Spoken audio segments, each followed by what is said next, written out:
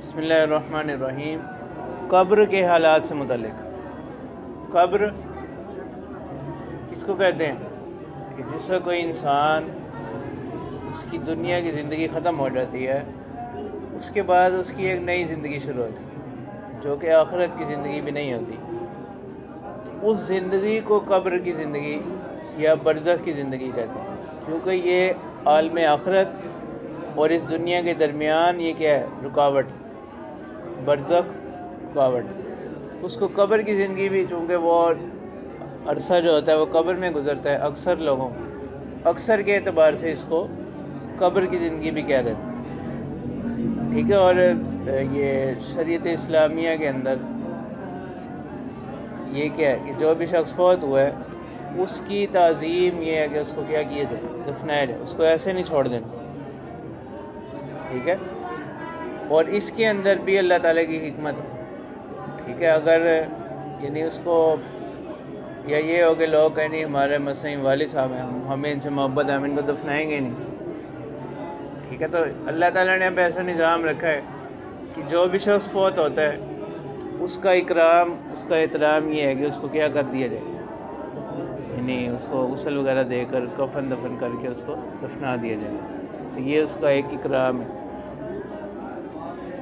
اور اگر اس کو ایسے ہی چھوڑ دیا جائے پھر کیا ہو کہ مثلا پرندے اس کی لاش کو کیا کریں گے؟ خراب کریں گے، بے حرمتی کریں گے، یہ بھی صحیح نہیں ہے، ٹھیک ہے۔ پھر اللہ تعالیٰ نے اس میں بعد میں آنے والوں کے لیے بھی نظام رکھا۔ اگر مثلا تو لاش کیا ہوتی ہے، وہ کچھ عرصے کے بعد اس میں گلنے سڑنے کا عمل شروع ہو جاتا ہے نا، تو وہ بھی اسی لیے ہے تاکہ پھر جو پیچھے انسان اور آ رہے ہیں ان کے لیے کیا رہے؟ جگہ برقرار ہے، کیونکہ اگر یہ معاملہ نہ آتا تو لوگ اپنے پیاروں کو پھر کیا نہ کرتے؟ دفن ہی نہ کرتے۔ تو اس میں بھی اللہ تعالیٰ کی حکمت۔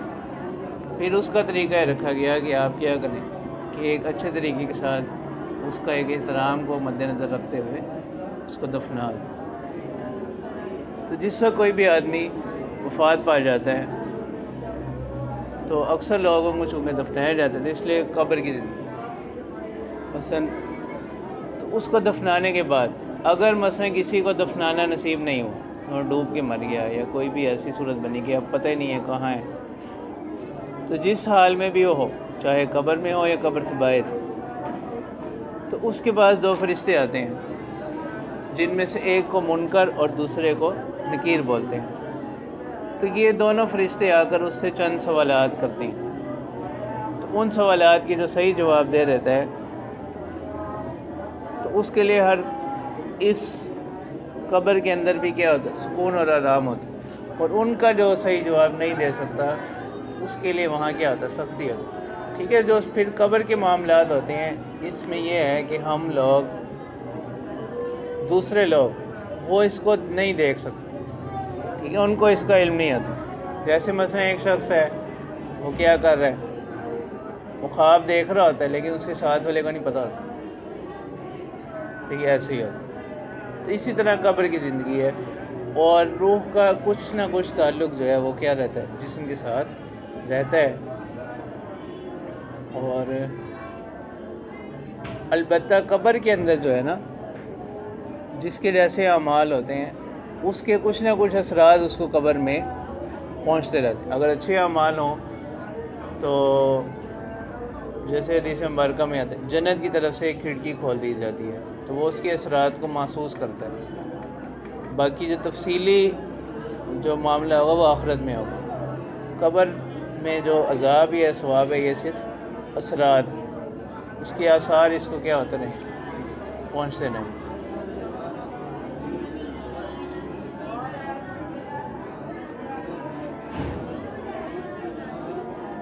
تو اب یہ فرشتے اس سے آ کر پوچھتے ہیں من ربک، آپ کا پروردگار کون ہے؟ حضرت محمد صلی اللہ علیہ وسلم کے بارے میں پوچھتے ہیں، ٹھیک ہے۔ اب اس کے بارے میں روایات مختلف ہیں۔ ایک تو یہ کہ ویسے پوچھا جاتا ہے، یہ ہے کہ صورت دکھا کر کیا جاتا ہے، پوچھا جاتا ہے کہ یہ کون ہے، ان کے بارے میں آپ کیا کہتے ہیں۔ اور ایک کو یہ بھی ہے کہ خود بخود آدمی کا ذہن کیا کرتا ہے، اس طرف چلا جاتا ہے۔ دین کے بارے میں پوچھا جاتا ہے کہ آپ کا دین کیا ہے۔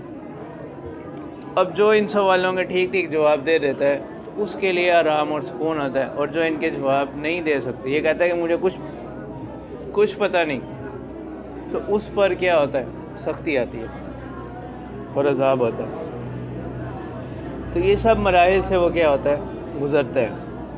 اور اسی طرح جو بھی اس میں لوگ ہیں قبر کے اندر، ان کو ہر روز جو ہے صبح شام ان کا جو مستقل ٹھکانہ ہوتا ہے وہ کیا کیا جاتا ہے؟ دکھایا جاتا ہے، جنت یا جہنم جو بھی ہو اس کو کیا کیا جاتا ہے؟ دکھایا جاتا ہے۔ ایصال ثواب، ایصال ثواب سے متعلق، ایصال ثواب کہتے ہیں کہ ایصال کے معنی پہنچانے کے، ثواب کو پہنچانا۔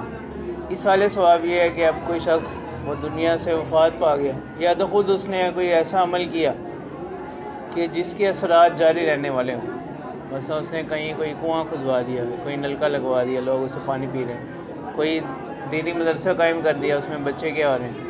پڑھ رہے ہیں، یا خود کوئی استاد تھا، اس کے بعد اس کے بچے پڑھا رہے ہیں، اس کے شاگرد پڑھا رہے ہیں، تو اب ان کے عمل کا ثواب اس کو کیا کیا جاتا ہے؟ پہنچتا رہتا ہے۔ یا اسی طرح جو اس کے عزیز و قریبی اور لوگ اس کے لیے کیا کرتے ہیں؟ دعا کرتے ہیں، کوئی صدقہ خیرات وغیرہ کرتے ہیں، کوئی تلاوت کر کے اس کا ثواب بخشتے ہیں، تو یہ ساری چیزیں اس مردے کو کیا ہوتی ہیں؟ پہنچتی ہیں۔ اس کو ایصال ثواب کہتے ہیں۔ ساری چیزیں اس مردے کو پہنچتی ہیں، اس کو کیا کہتے ہیں؟ ایصال ثواب کہتے ہیں۔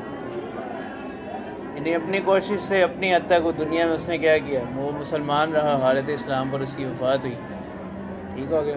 تو اب جو باقی معاملات ہو رہے ہیں اس کے ساتھ، جو اس کا کوئی دوست ہیں، کوئی اولاد ہے، کوئی رشتہ دار ہے، وہ اس کے لیے دعا کرتے ہیں، کوئی صدقہ خیرات کرتے ہیں، اور اس میں وہ یہ نیت کر لیتے ہیں کہ اس کا ثواب جو ہے اس کو بھی پہنچے، تو یہ اس مردے تک یہ ثواب پہنچتا ہے۔ اسی کو کیا کہتے ہیں؟ ایصال ثواب کہتے ہیں، ٹھیک ہے۔ اس کی آج کل موجودہ ترقی یافتہ دور میں اس کو سمجھنے کی بہت سی شکلیں آ گئی، ٹھیک ہے۔ جیسے آپ کیا کرتے ہیں، مثلا کسی کو بھی آپ یہاں بیٹھ کے اپنے موبائل سے کیا کر سکتے ہیں، ٹھیک ہے۔ اب تو آج کل ہر چیز موبائل کے ذریعے سے آپریٹ ہو جاتی ہے، جس سے مختلف اپلیکیشنز بنی جاتی ہیں، ٹھیک ہے۔ اگر آپ کے پاس کچھ پیسے ہیں، آپ نے کسی کو رقم بھجوانی ہے، دنیا میں جہاں کہیں بھی بھجوانی ہے، تو اس کو آپ کیا کر سکتے ہیں؟ یہاں بیٹھے بیٹھے کیا بھجوا رہے تھے، اور وہ اس کو کیا ہو جاتی ہے؟ پہنچ بھی جاتی ہے۔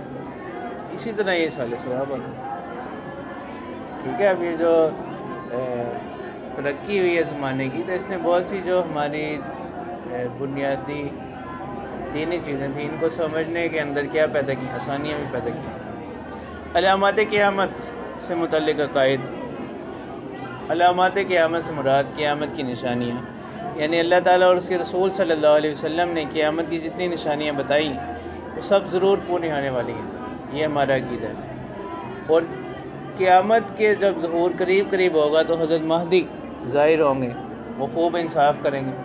اب ان کا حلیہ کیسا ہوگا، وہ کس علاقے کے ہوں گے، ان کے دور میں حالات کیسے ہوں گے، یہ ساری تفصیلات ہمیں احادیث میں کیا کی گئی ہیں؟ بتلائی گئی ہیں۔ دجال نکلے گا، دنیا میں فساد ہو جائے گا، پوری دنیا میں فساد مچائے گا، لوگوں کو قتل کرے گا،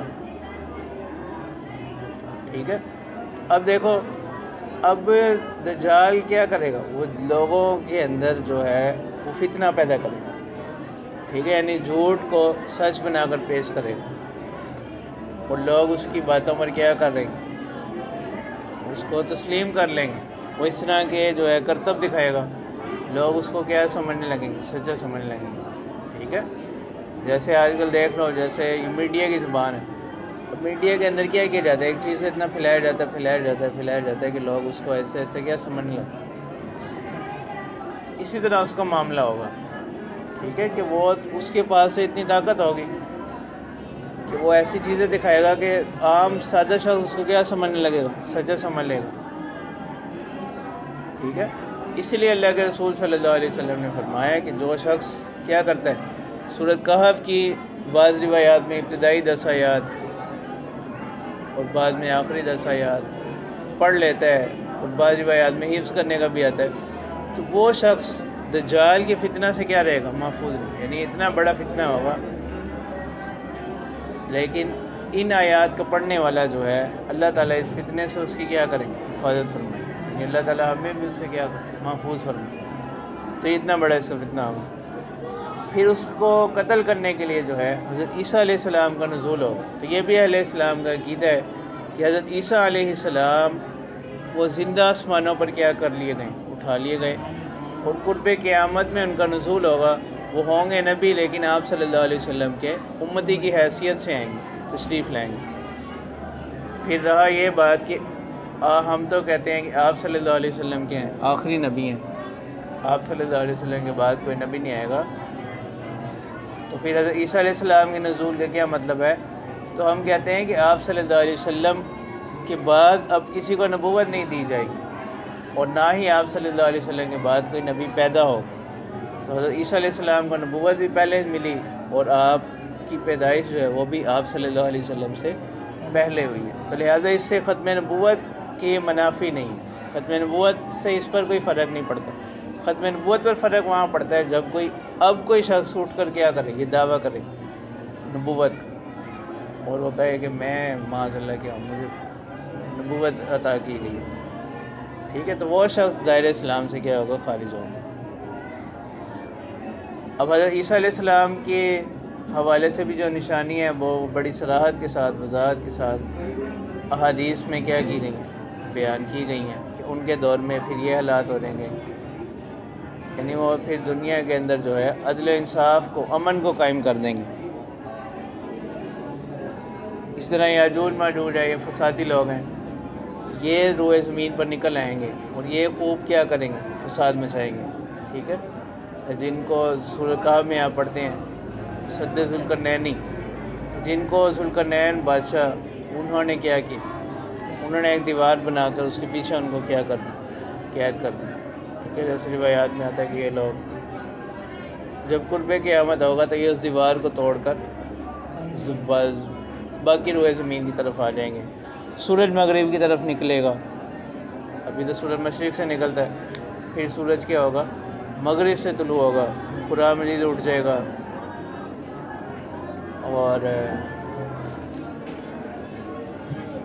دابۃ الارض وہ زمین پر جو ہے نکل آئے گا، ٹھیک ہے، وہ ایک مخصوص قسم کا جانور ہے، وہ قرب قیامت میں وہ بھی نکلے گا۔